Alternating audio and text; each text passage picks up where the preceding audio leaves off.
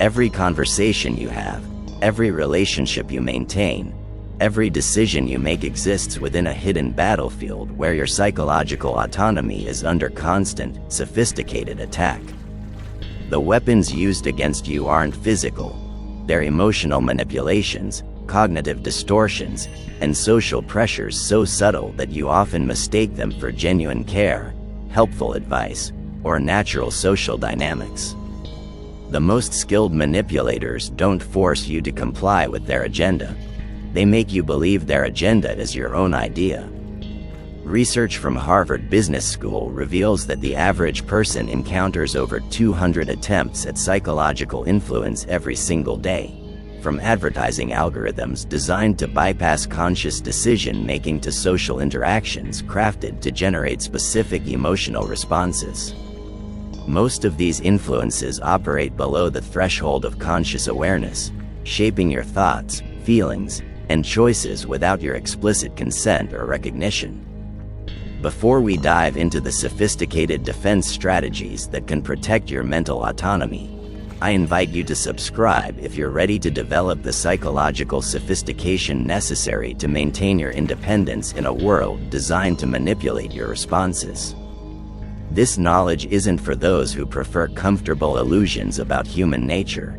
It's for those committed to conscious living and authentic choice-making. Niccolò Machiavelli, writing in 16th century Italy, understood that power dynamics operate through psychological manipulation far more than through physical force. His observations of court politics revealed that the most effective rulers weren't those who relied on obvious coercion, but those who could influence others' thoughts and emotions so skillfully that their targets willingly served agendas that often conflicted with their own best interests. This principle has only become more relevant in our current era, where psychological manipulation has been refined into a science backed by neuroscience research, behavioral economics, and massive data collection about human cognitive biases. The manipulators you encounter today have access to centuries of accumulated knowledge about human psychology, sophisticated technology for implementing influence strategies, and detailed information about your personal vulnerabilities gathered from your digital behavior patterns. The first rule of mental defense involves recognizing what psychologists call influence blindness, the tendency to believe that others' attempts to manipulate us are more obvious and less effective than they actually are. Studies consistently show that people dramatically underestimate their own susceptibility to influence while accurately recognizing manipulation attempts directed at others. This blindness creates a dangerous vulnerability because we lower our psychological defenses in situations where they're most needed. Consider the last time someone convinced you to do something you later regretted. In retrospect, you might be able to identify the specific techniques they used: emotional appeals, false urgency, social pressure, or appeals to your identity. But in the moment, these techniques felt like genuine reasons for your decision. The manipulation was effective precisely because it bypassed your conscious analytical processes and triggered automatic emotional and social responses. This bypass occurs because manipulators exploit what behavioral economists call System 1 thinking, the fast, automatic, emotional decision-making processes that handle most of our daily choices. When someone creates artificial time pressure, appeals to your desire to be seen as helpful, or triggers your fear of missing out, they're deliberately activating these automatic systems to prevent you from engaging your slower, more careful analytical thinking. Dr. Robert Cialdini's research on influence psychology identifies 6 primary vectors of manipulation that operate across cultures and contexts: reciprocity, commitment and consistency, social proof, authority, liking, and scarcity. Skilled manipulators combine these principles in sophisticated sequences designed to overwhelm your decision-making processes and generate compliance before you fully understand what you're agreeing to. The reciprocity principle operates through creating artificial indebtedness. Someone does you a small favor or provides unsolicited help, then leverages your psychological discomfort with owing them something to secure your compliance with much larger requests. The initial favor might cost them very little but creates psychological pressure that can be exploited for significant personal gain. The commitment and consistency principle works by getting you to make small commitments that create internal pressure to make larger commitments that align with your previous choices. A manipulator might start by getting you to agree with a seemingly innocent principle, then use that agreement to pressure you into actions or decisions that serve their agenda but conflict with your actual interests. Social proof manipulation involves creating false impressions about what others are doing, thinking, or choosing to pressure you into conforming to artificial norms. This might involve exaggerating how many people support a particular decision, selectively presenting testimonials from people you respect, or creating artificial social pressure through strategic disclosure of others' choices. Authority manipulation exploits your natural tendency to defer to expertise or position by either exaggerating credentials, borrowing authority from legitimate sources, or creating false impressions about expertise in relevant areas. Someone might present themselves as more knowledgeable than they actually are, reference impressive-sounding but irrelevant credentials, or create associations with legitimate authorities to enhance their influence. The liking principle operates through increasing their appeal to you personally, finding common ground, expressing admiration for your qualities, or creating artificial intimacy that makes you more likely to trust their guidance and less likely to question their motives. This can be particularly dangerous because it feels so natural and positive while it's happening.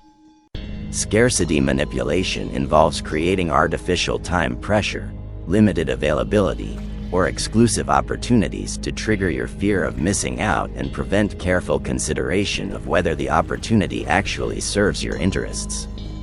The manipulator creates urgency that bypasses your normal decision-making processes and pressures you into immediate compliance.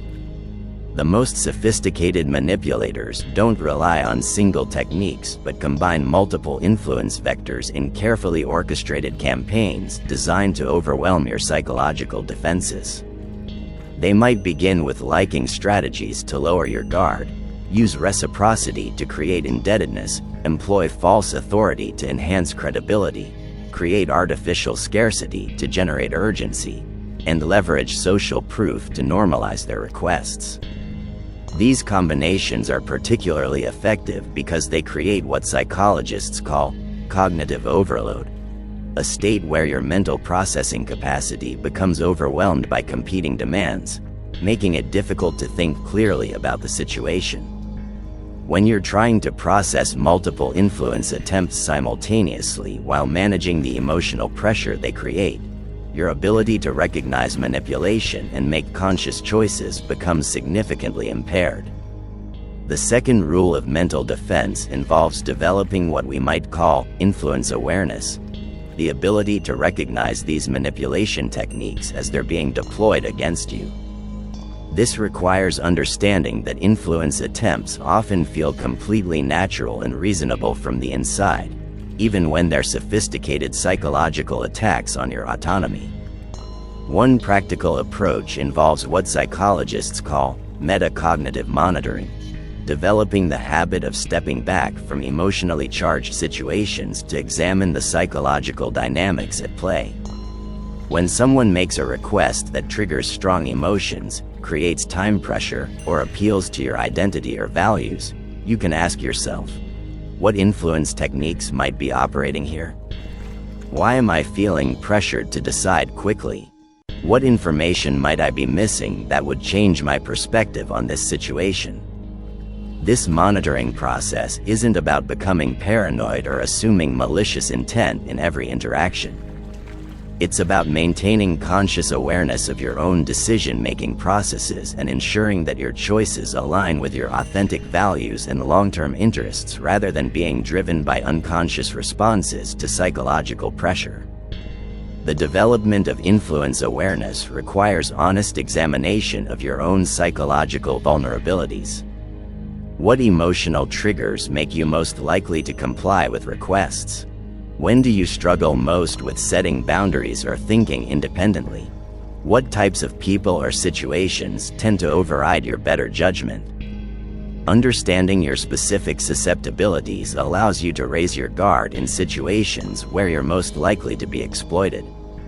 The third rule involves recognizing what Machiavelli called the illusion of choice. Situations where you're being presented with options that all serve someone else's agenda while being made to feel like you're making independent decisions. Skilled manipulators rarely present single ultimatums because they understand that people resist obvious attempts at control. Instead, they present multiple options that all lead to outcomes that benefit them while appearing to respect your autonomy. This might involve being asked to choose between several products that all have high profit margins, being presented with different ways to contribute to someone's project that all involve significant commitments from you, or being offered various solutions to a problem that all require you to accept the manipulator's authority or expertise. The choice feels real because you're selecting among options, but the choice is illusory because all options serve the same underlying agenda.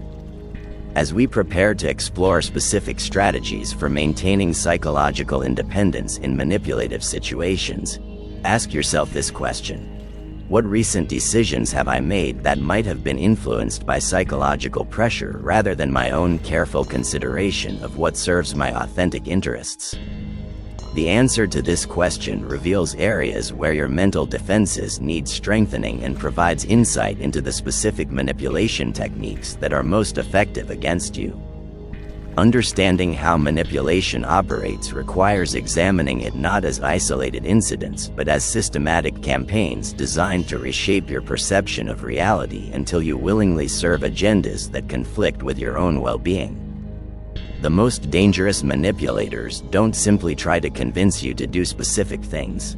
They work to alter your fundamental understanding of yourself, your relationships, and your options until their control becomes so seamless you can't imagine alternatives. This process begins with what psychologists call reality distortion, the gradual introduction of false or misleading information designed to make you question your own perceptions, memories, and judgment. The manipulator doesn't contradict your observations directly, which would trigger your defenses. Instead, they introduce subtle inconsistencies, alternative explanations, and emotional interpretations that slowly erode your confidence in your own ability to understand what's happening around you. Dr. Judith Lewis Herman's research on psychological abuse reveals that this reality distortion follows predictable patterns across different contexts, from intimate relationships to workplace dynamics to political influence campaigns. The process typically begins with gaslighting, making you doubt your own perceptions by contradicting your memories, minimizing your experiences, or offering alternative explanations that make you seem overly sensitive or confused. The manipulator might deny conversations that you clearly remember, reinterpret your words in ways that change their meaning, or claim that events you witnessed didn't happen as you recall. Each individual incident might seem minor or explainable, but the cumulative effect is to make you increasingly dependent on their version of reality rather than trusting your own direct experience. This dependency is crucial to the manipulator's success because once you begin doubting your own perceptions, you become vulnerable to much more extensive control. If you can't trust your own memory, observations, or emotional responses, you have no reliable basis for recognizing when you're being manipulated or making decisions that serve your authentic interests. The second phase involves what researchers call isolation and dependency creation. The manipulator systematically undermines your other sources of information, perspective, and support to make themselves your primary reference point for understanding your experiences and making decisions. This might involve subtle criticism of your friends and family, creating conflicts between you and other important people in your life, or monopolizing your time and attention through apparent care and involvement. This isolation often feels positive initially because the manipulator typically presents it as special attention or unique understanding. They might claim that others don't really understand you the way they do, that your friends and family don't have your best interests at heart, or that they're offering you opportunities and insights that others would be jealous of or fail to appreciate.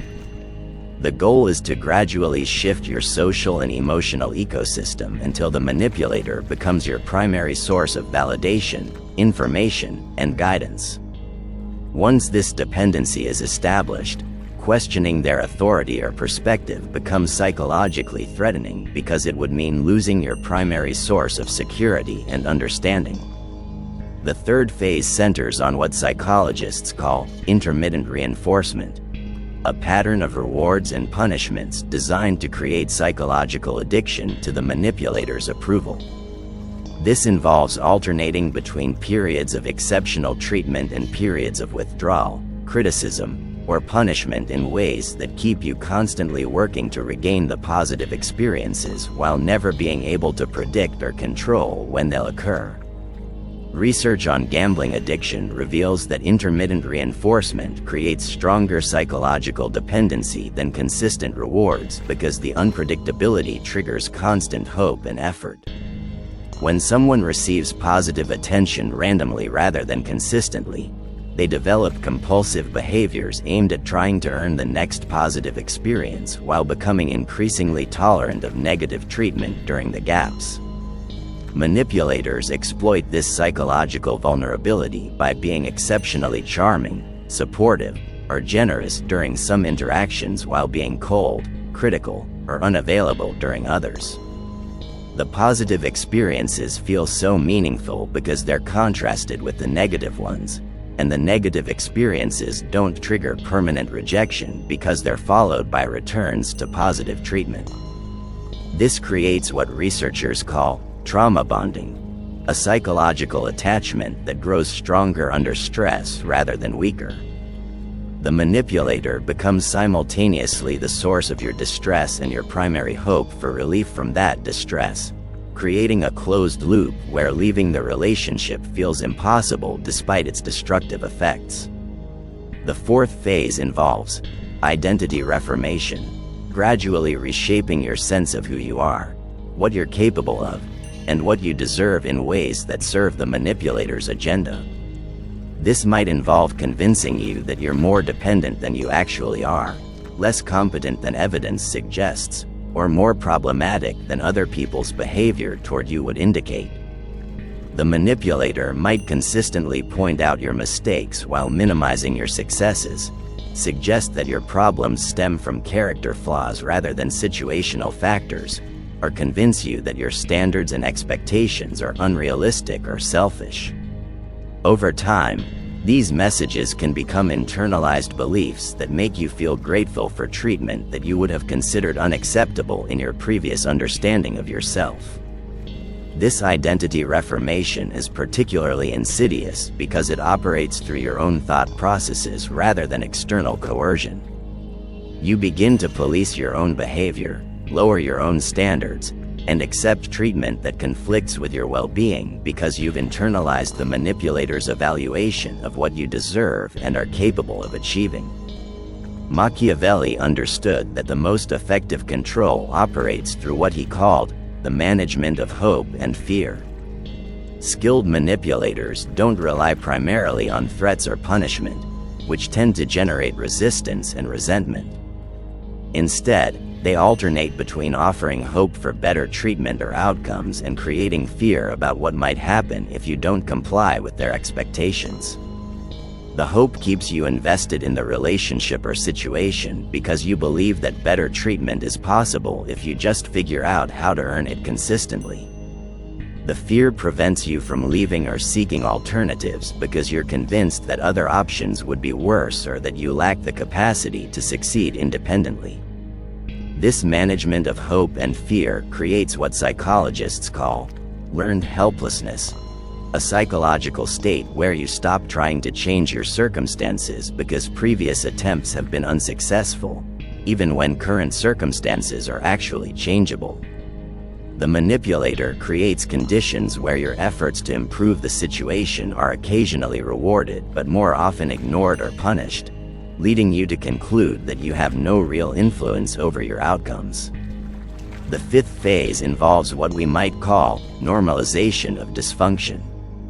Once the previous phases have been established, behaviors and treatment that you would have immediately recognized as unacceptable become normalized through gradual escalation and the erosion of your reference points for healthy relationship dynamics. This normalization happens because manipulation involves gradual boundary violations rather than sudden dramatic changes. Each individual violation might be small enough to seem not worth confronting, especially given the emotional investment you've developed in the relationship and the dependency that's been created. The cumulative effect, however, is a complete transformation of what you consider normal or acceptable. The manipulator might gradually increase demands on your time, energy, or resources while decreasing their reciprocal contributions. They might slowly escalate disrespectful behavior while maintaining just enough positive treatment to keep you hopeful. They might progressively isolate you from other support systems while positioning themselves as your primary source of care and understanding. By the time you recognize the full extent of the manipulation, your psychological resources may be so depleted and your perspective so distorted that taking effective action feels overwhelming or impossible. You might logically understand that the situation is unhealthy while emotionally feeling unable to imagine alternatives or trusting your ability to create better circumstances. The recognition of these manipulation phases is the first step toward psychological liberation, but it requires understanding that recovery isn't simply a matter of leaving manipulative situations.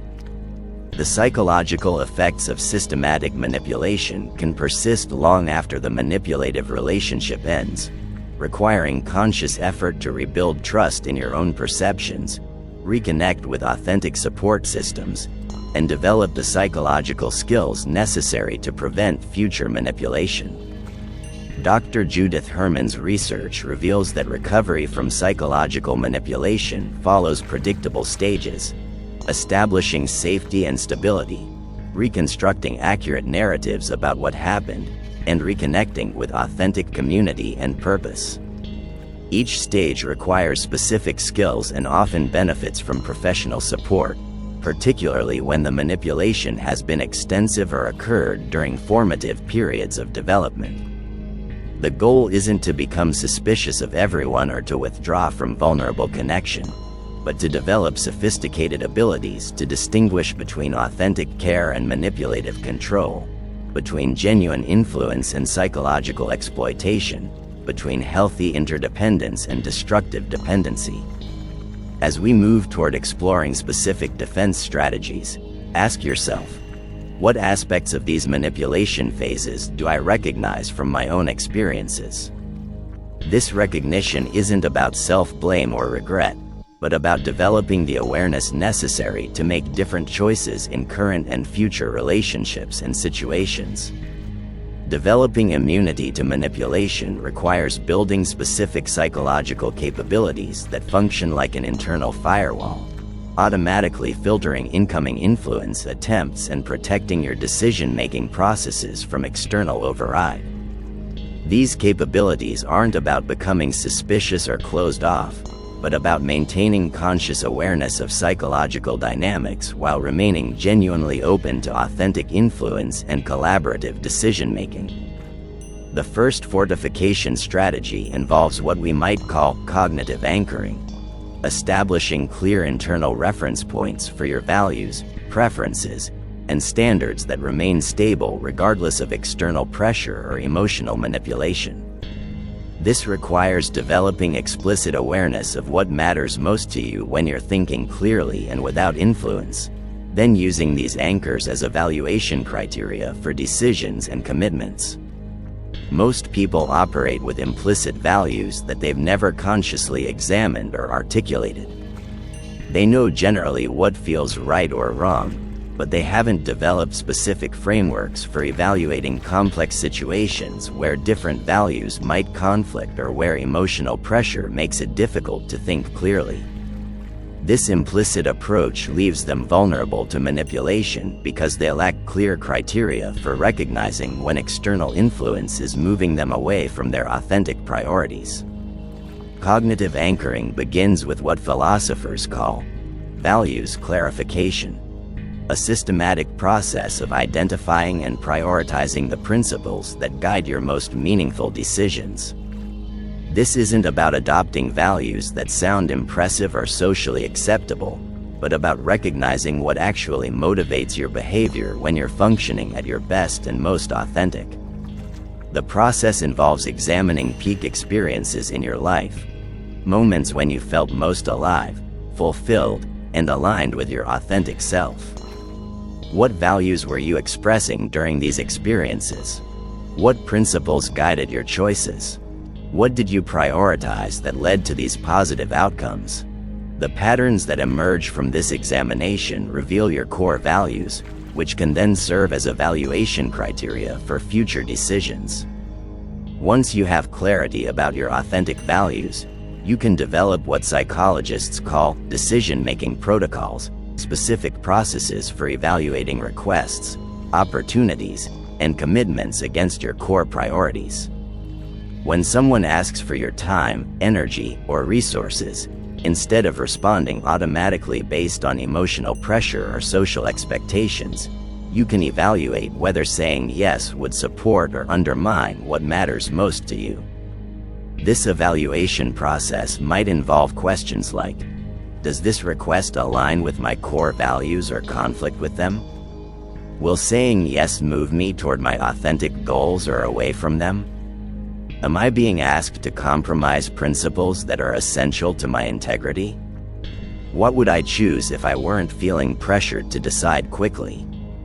The second strategy centers on developing what we might call emotional sovereignty, the ability to experience emotions without being controlled by them, and to distinguish between emotions generated by your authentic responses to situations and emotions artificially induced by manipulation tactics.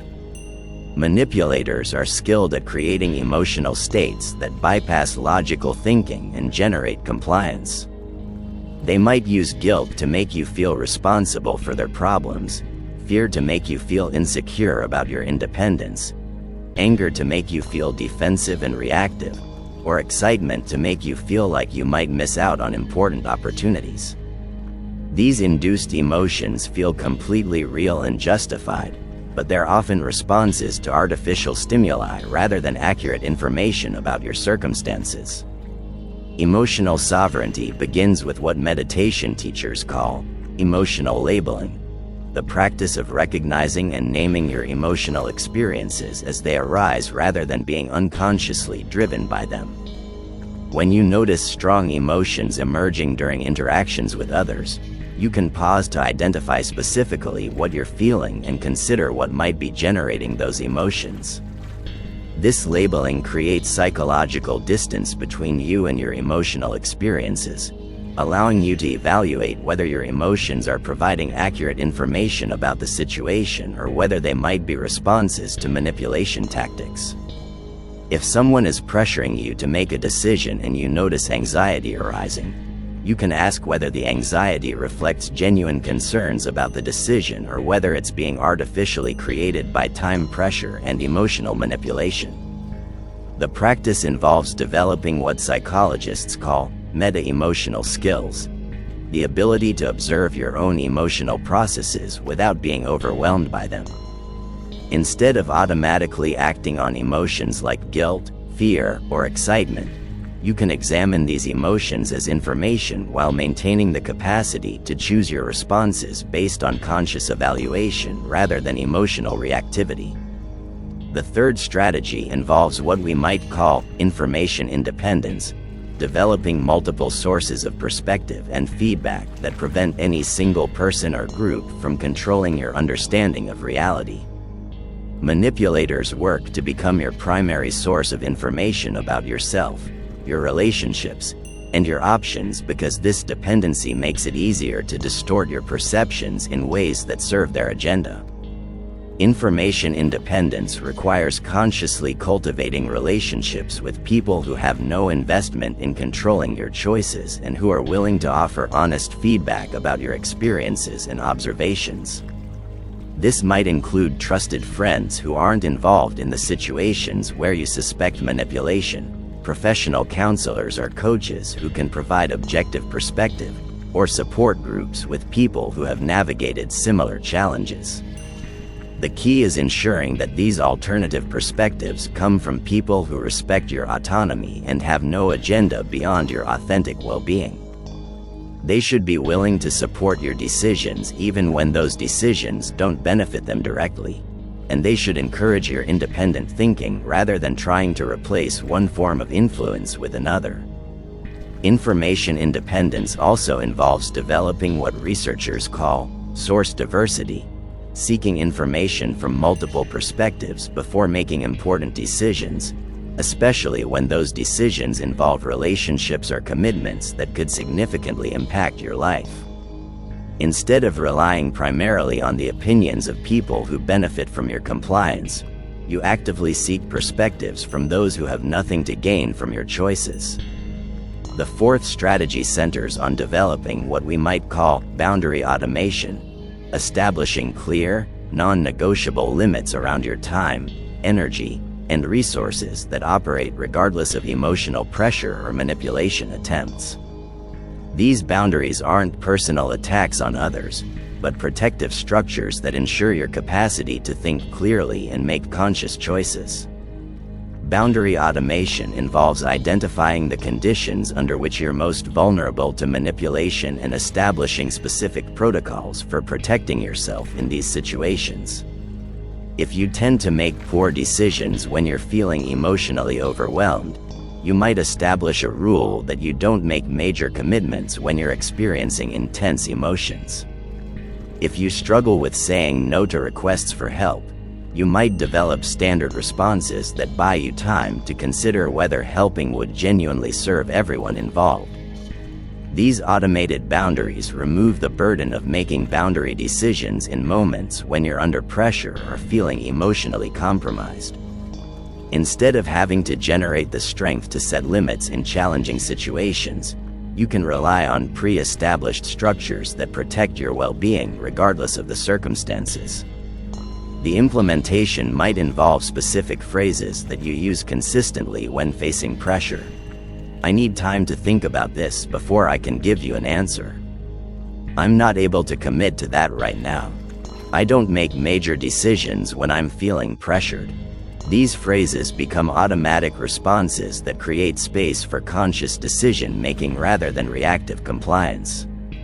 The fifth strategy involves what we might call manipulation recognition training, developing sophisticated abilities to identify influence attempts as they're happening rather than recognizing them only in retrospect.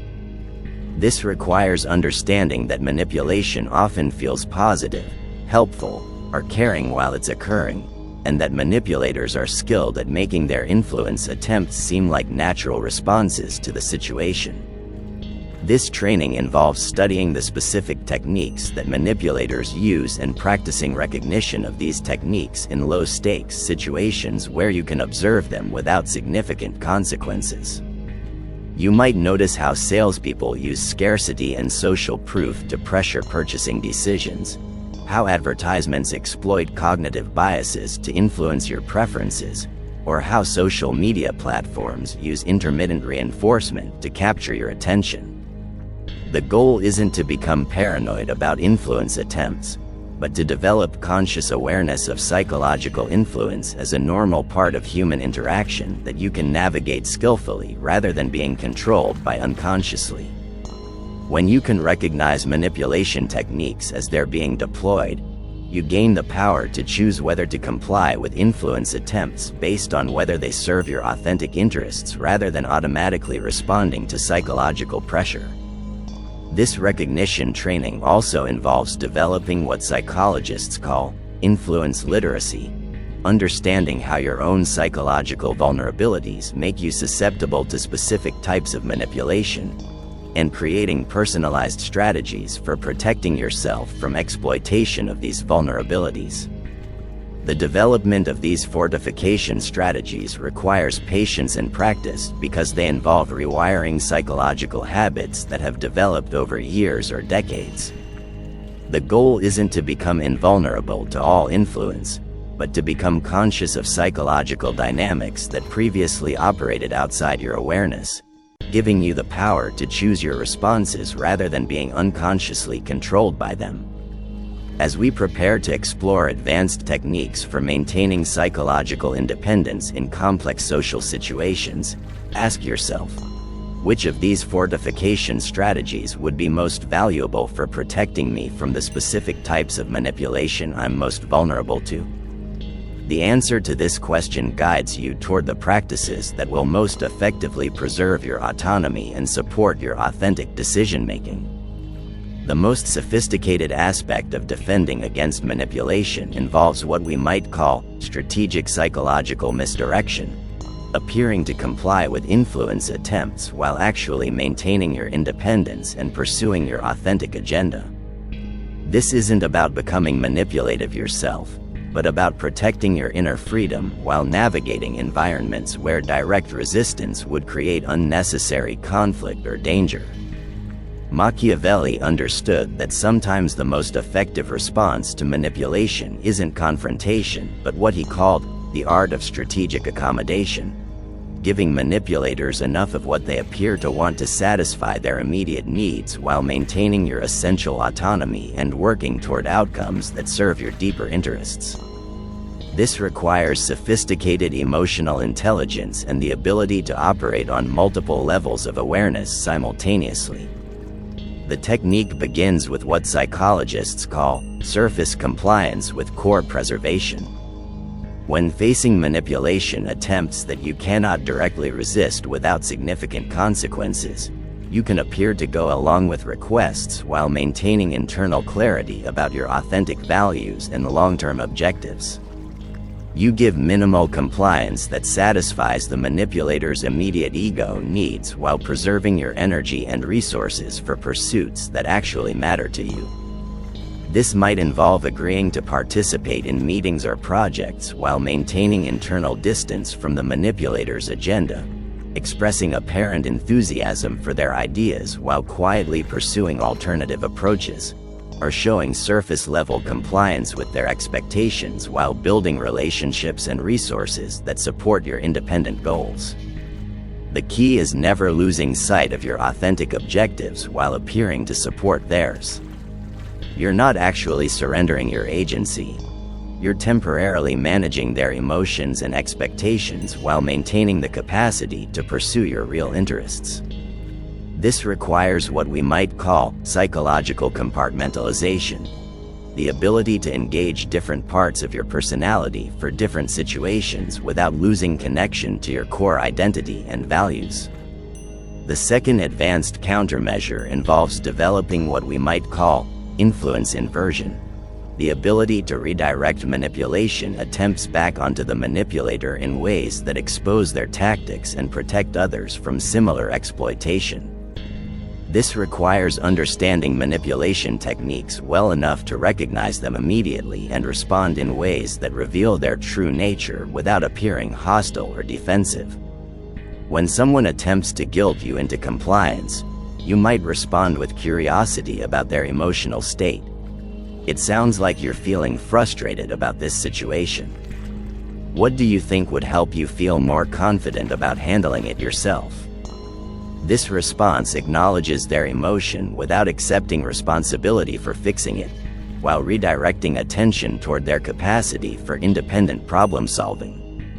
When someone tries to create false urgency to pressure your decision-making, you might respond with calm interest in their timeline. It seems like you're feeling a lot of pressure around timing. What factors are creating this urgency for you? This response slows down the artificial pace they're trying to create while gathering information about whether the urgency is legitimate or manipulative. When someone attempts to isolate you from other sources of information or support, you might respond with inclusive language that expands rather than contracts your network. This seems like something that other relevant people might have valuable perspectives on. Should we include them in the conversation? This response counters the isolation attempt while appearing collaborative rather than resistant. The third advanced technique centers on what we might call psychological aikido, using the manipulator's own psychological force against them by redirecting their energy in directions that serve your interests rather than theirs. This requires understanding that manipulators often have significant psychological vulnerabilities themselves, and that their attempts to control others frequently stem from their own insecurity, fear, or emotional dysregulation. Instead of directly opposing their control attempts, you can redirect their attention toward areas where they genuinely need to focus their energy. A manipulative colleague who tries to take credit for your work might be redirected toward projects where they actually need to demonstrate their value. A controlling family member who tries to manage your life choices might be redirected toward addressing their own unresolved issues that drive their need for control. This redirection requires subtle skill because it must appear helpful rather than confrontational. You're not attacking their vulnerabilities but offering them authentic opportunities to address the underlying issues that drive their manipulative behavior. When successful, this approach can transform manipulative relationships into more balanced dynamics while protecting yourself from continued exploitation. The fourth technique involves what we might call collaborative boundary enforcement, creating systemic changes that make manipulation more difficult for everyone involved rather than simply protecting yourself individually. This might involve working with others to establish group norms that discourage manipulative behavior, implementing structural changes in organizations that reduce opportunities for exploitation, or educating others about manipulation techniques to create group immunity. This approach recognizes that individual resistance to manipulation is often insufficient when manipulative people can simply find more vulnerable targets. By working to create environments where manipulation is less effective generally, you protect not only yourself but also others who might be more susceptible to exploitation. Collaborative boundary enforcement might involve advocating for clearer policies around workplace communication, supporting the development of decision-making processes that prevent manipulation, or working with community groups to establish norms that prioritize authentic collaboration over psychological pressure and control. The fifth advanced countermeasure centers on what we might call psychological sovereignty expansion, helping others develop their own immunity to manipulation rather than simply protecting yourself. This involves sharing knowledge about manipulation techniques, modeling healthy boundary-setting behavior, and supporting others' development of the psychological skills that prevent exploitation. This approach recognizes that living in environments where manipulation is common creates ongoing stress and vigilance requirements even for those who are skilled at protecting themselves. By working to raise the general level of psychological sophistication in your social and professional environments, you create conditions where authentic communication and collaborative decision-making become more natural and sustainable. The expansion process involves teaching by example rather than through direct instruction, which can appear preachy or threatening to those who haven't yet recognized their vulnerability to manipulation. You demonstrate healthy responses to manipulation attempts, maintain clear boundaries while remaining genuinely caring, and show others what psychological strength looks like when it's expressed through confident kindness rather than defensive hostility. The ultimate goal of developing these advanced countermeasures isn't to become a master manipulator yourself or to view all social interaction as psychological warfare. The goal is to develop sufficient psychological sophistication that you can navigate complex human dynamics while maintaining your authenticity, supporting others' growth and well-being, and contributing to the creation of social environments based on mutual respect rather than psychological exploitation. The practice of these techniques requires what we might call compassionate strength, the ability to protect yourself and others from manipulation while maintaining genuine care for the manipulators themselves, who are often acting from their own unresolved psychological wounds and limitations. This doesn't mean accepting abuse or enabling destructive behavior, but it means responding from wisdom rather than reactivity, strength rather than fear, and authenticity rather than counter-manipulation. As you begin implementing these psychological defense strategies, remember that the development of genuine psychological sovereignty is a lifelong practice that deepens with experience and reflection. Each situation where you successfully maintain your authenticity while navigating manipulative pressure increases your skill and confidence for future challenges. The question that guides this ongoing development is, how can I maintain my psychological freedom and authentic self-expression while contributing to the creation of relationships and communities based on mutual respect and genuine collaboration? The answer to this question evolves as your skills develop, but the commitment to asking it consistently ensures that your psychological strength serves not only your own well-being but also the collective elevation of human interaction beyond manipulation and control toward authentic connection and mutual flourishing. If this exploration of psychological defense has provided valuable insights, consider subscribing for more content on developing emotional intelligence and psychological resilience. Share this knowledge with others who might benefit from understanding these dynamics, and remember that your development of psychological sovereignty contributes to creating a world where authentic communication and mutual respect become the norm rather than the exception. Your psychological freedom isn't just a personal achievement. It's a contribution to the collective human project of creating relationships and communities where manipulation becomes unnecessary because everyone's authentic needs and aspirations can be honored and supported through genuine collaboration and mutual care.